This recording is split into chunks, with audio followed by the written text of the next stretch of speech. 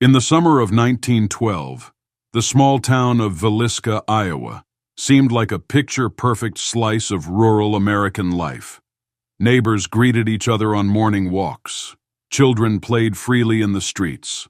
But on a single night in June, something unthinkable happened that would shatter this peaceful facade forever. An entire household, 2 adults, their 4 children, and 2 visiting friends, were found brutally murdered with an axe. A crime so horrific, it still echoes through true crime lore more than a century later. Join me as we step back in time to explore the Villisca Axe Murders, one of America's most notorious and chilling unsolved cases. Stay with me until the very end, as we'll examine the night of the crime, the chaotic investigation, and the haunting theories that continue to puzzle historians and true crime enthusiasts alike. June 9, 1912, was a Sunday like any other in Villisca, a modest farming community of around 2,000 residents. It was the kind of place where neighbors rarely locked their doors, and everyone knew one another by name. The Moore family, consisting of Josiah, Joe Moore, his wife Sarah, and their 4 children, were respected citizens. Josiah ran a successful hardware business, and Sarah was active in church and social circles. They were considered kind, generous, and well-liked. That Sunday, after attending a special evening service at the local Presbyterian church, the Moore family walked home under the gentle glow of street lamps. With them were 2 friends, Lena and Ina Stillinger, young sisters who had joined the Moore children for a weekend sleepover. The night was balmy, with a clear summer sky, providing no hint of the horror about to unfold. At around 10 p.m., the household settled in for the night. Curtains closed, doors locked. Though in Villisca, it was more of a formality than a necessity. Nothing seemed amiss. But in the span of a few dark hours, that peaceful aura would be shattered in the most unimaginable way. The next day, June 10th, dawned quietly. Neighbors noticed the Moore home seemed eerily still. No one emerged to do chores or run errands. Around 7 a.m., Mary Peckham, a neighbor, felt something was off. She knocked on the door. No response. Concerned, she tried the handle. Locked. Mary fetched Ross Moore, Josiah's brother, who used his keys to enter. Nothing could have prepared them for what they found inside. The curtains were drawn, every mirror covered with cloth, and the entire household was unnervingly silent. When Ross reached the upstairs bedrooms, he stumbled upon the unimaginable. Every member of the household had been bludgeoned to death with an axe. Josiah, Sarah, their 4 children, Herman, Catherine, Boyd, Paul, and the 2 Stillinger sisters. Authorities were called, and word of the shocking murders spread through the small town like wildfire. By mid-morning, crowds began gathering outside the Moore residence, desperate for any information. Unbeknownst to them, the scene inside was quickly spiraling into a chaotic spectacle that would hamper the entire investigation. In 1912, forensic science was still in its infancy. Police departments across the nation lacked the protocols and expertise we take for granted today. This shortfall was painfully evident in Villisca. Curious townspeople roamed through the Moore home, unintentionally disturbing crucial evidence. Some even pocketed souvenirs, an act unthinkable by modern standards, but unfortunately not unheard of in that era. When a local doctor and the county coroner finally secured the scene, the damage had already been done. Nonetheless, they documented a few key observations. A blood-stained axe was found in the house, presumed to be the murder weapon. The victims appeared to have been struck in their sleep. None showed defensive wounds. Clothing was draped over mirrors and windows, suggesting the killer did not want to see his own reflection, or was trying to keep the home shrouded in darkness. All the victims' faces were covered with bedding post-mortem, as if the killer had taken a bizarre moment of misplaced remorse or ritual. The brutality stunned seasoned medical professionals. No money or valuables were missing, so robbery seemed unlikely. This was a crime driven by a different motive, one far more sinister than simple theft. Villisca, once a tranquil community, now seethed with anxiety. Residents locked their doors at night, a new habit for many. The search for suspects began immediately, but the clues were few. Frank F. Jones, a powerful local businessman and Iowa state senator, Frank Jones had once employed Josiah Moore at his farm equipment store. Rumors claimed a bitter falling out when Josiah left to start his own competing business, and reportedly took a major John Deere contract with him. Whispers around town suggested intense rivalry or personal grudges, fueling a theory that Jones orchestrated the murders, perhaps hiring a killer. However, no concrete proof emerged tying him to the crime. William Blackie Mansfield, a known criminal suspected in a series of grisly murders, Mansfield's name occasionally surfaced. Some believed he might be connected through blackmail or contract killing. But again, evidence was flimsy. Reverend George Kelly. A traveling preacher, George Kelly was in Villisca the night of the murders, attending the same church function as the Moores. Eccentric and erratic, he left town early the next morning. Notably, he later sent bizarre letters claiming first-hand knowledge of the crime. Authorities arrested Kelly, who even confessed under intense interrogation. But he later recanted. A jury ultimately acquitted him, finding the confession coerced and contradictory. A traveling serial killer. Another theory pointed to a spree of axe murders across the Midwest around the same period, some in Colorado Springs, Monmouth, Illinois, and Ellsworth, Kansas. Similar patterns, bludgeoning victims in their sleep, covering mirrors, led a few detectives to theorize a single, roaming killer. Though it captured the public's imagination, no suspect was conclusively identified. The local sheriff and private investigators wrestled with these leads, but the lack of physical evidence and a compromised crime scene left them grasping at straws. Out of all the potential suspects, Reverend George Kelly remains the most intriguing. A peculiar figure, Kelly was described as having mental health struggles and an unsettling fascination with sex and violence. People in neighboring towns recounted how he would make bizarre statements or send inappropriate letters. He left Villisca by train at dawn after the murders, which only deepened suspicions. 2 years later, Kelly's erratic behavior caught the attention of law enforcement. Under interrogation, he reportedly confessed to seeing visions of the killings or hearing voices instructing him to commit the murders. However, that initial confession lacked clear, verifiable details. He quickly retracted his statement, insisting it had been coerced. The case went to trial in 1917, and Kelly's attorneys portrayed him as a delusional individual who admitted to almost anything under pressure. Indeed, the evidence against him was largely circumstantial. The jury struggled to reach a verdict, resulting in a mistrial. In a subsequent trial, the jury swiftly acquitted him. With that, the only man ever put on trial for the Villisca Axe murders walked free. As the investigation stalled, fear and speculation devoured the community. Was the killer still among them, blending into the quiet life of a small Iowa town? Or had a random drifter passed through Villisca, leaving the residents forever changed? Newspapers across the country seized upon the story's sensational elements. A locked house, a bloodied axe, a peaceful family wiped out in the dead of night. The Villisca Axe Murders swiftly became a household name, inspiring lurid headlines and stoking the public's macabre curiosity.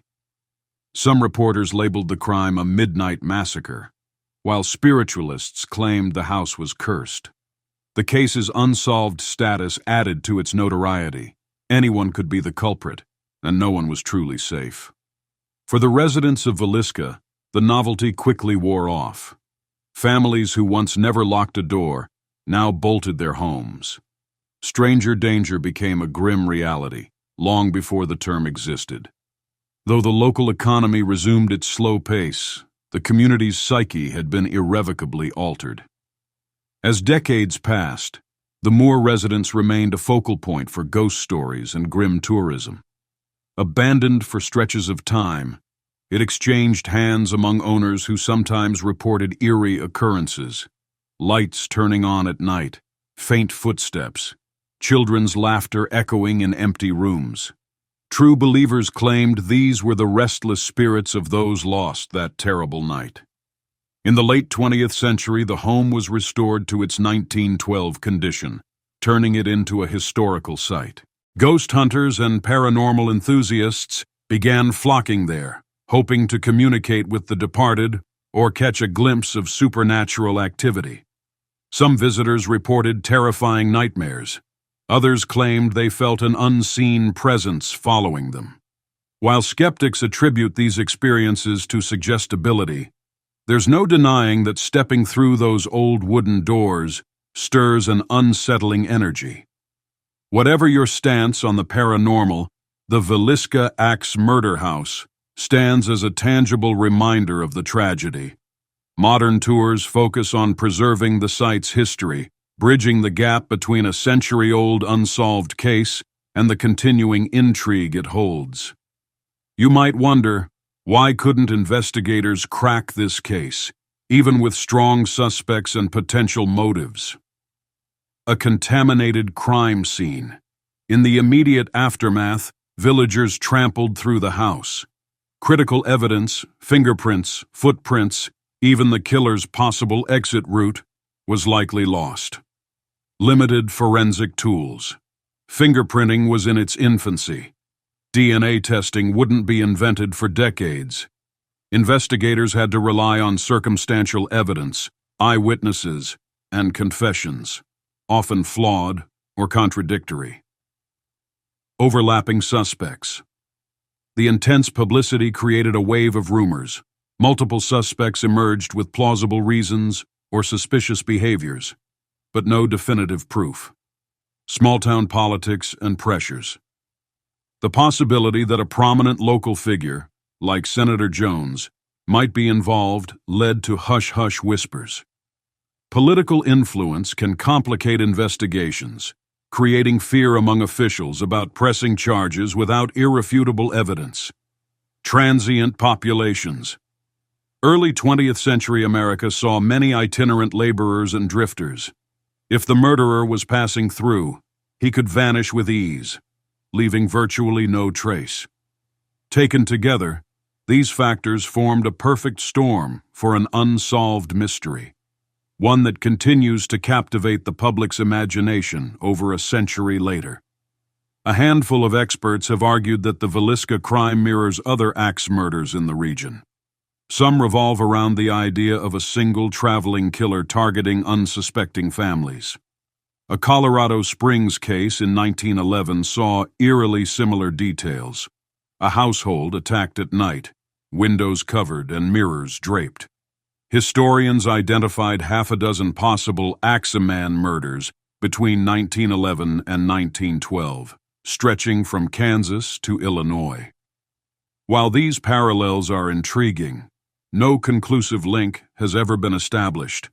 The notion of a roving serial killer preyed upon widespread anxieties in rural America.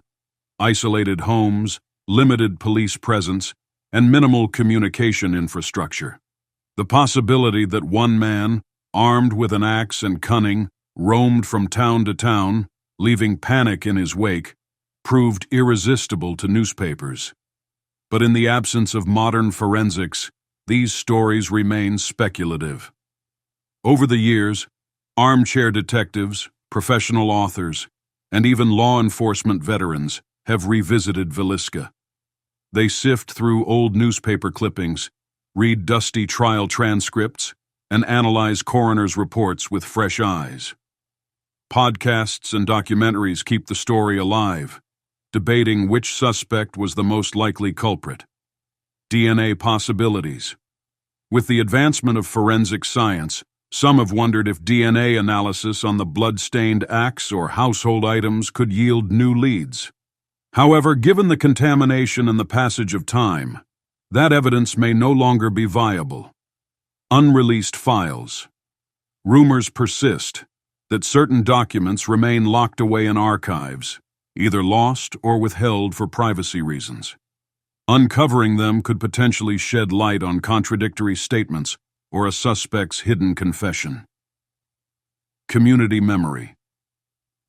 A few descendants of townspeople from 1912 carry family lore about the murders. Quiet, whispered secrets they claim have been passed down. Whether these tidbits hold any truth is impossible to verify, but they add to the mystique. As of now, no smoking gun has emerged. The result is a swirling fog of theories and speculation, making the Villisca Axe Murders an enduring puzzle that merges local tragedy and national infamy. In modern times, the Villisca Axe Murder House has gained a reputation as a chilling tourist destination. For a fee, visitors can take daylight tours or even stay overnight, if they dare. Many report strange sensations, cold spots, footsteps, distant voices. Some believe they've made contact with spirits, hearing children giggle or doors creak spontaneously. Skeptics attribute these events to old pipes, drafty windows, or active imaginations fueled by ghost stories. Regardless of one's belief in the paranormal, the house stands as a powerful historical artifact, meticulously preserved to look as it did in 1912. The simple wooden floors, antique furnishings, and unassuming rooms serve as a reminder that beneath ordinary exteriors, unspeakable horrors can unfold. The site encourages reflection on the fragility of safety and the ripple effects of unsolved violence. It's hard to imagine a more shattering event than the Villisca Axe Murders. A single night obliterated an entire family, leaving only questions and a lingering sense of dread in its wake. Over 100 years later, we're still speculating about who climbed those wooden stairs and wielded the axe in that quiet Iowa home. Perhaps the case's endurance lies in its stark reminder that evil can lurk anywhere, even in the warm glow of a friendly small town. With no justice for the victims and no closure for a grieving community, this unsolved nightmare challenges our comfort in believing that all mysteries can be solved with enough diligence. Yet even in tragedy, there's a cautionary lesson that every life, from the youngest child to the most ordinary parent, matters profoundly, and that unsolved crimes cast a long, haunting shadow across generations.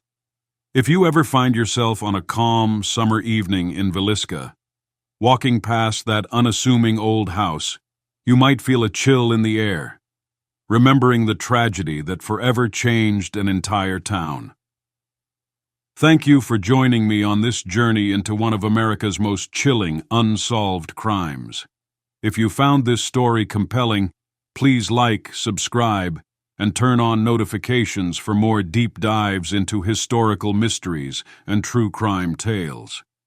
Let me know your theories in the comments. Who do you believe was responsible for the Villisca Axe Murders? Or do you think this mystery will remain unsolved, a permanent scar on the quiet streets of a small Iowa town? Stay curious, stay thoughtful, and until next time, remember, even behind the most ordinary doors, unimaginable secrets can lie in wait.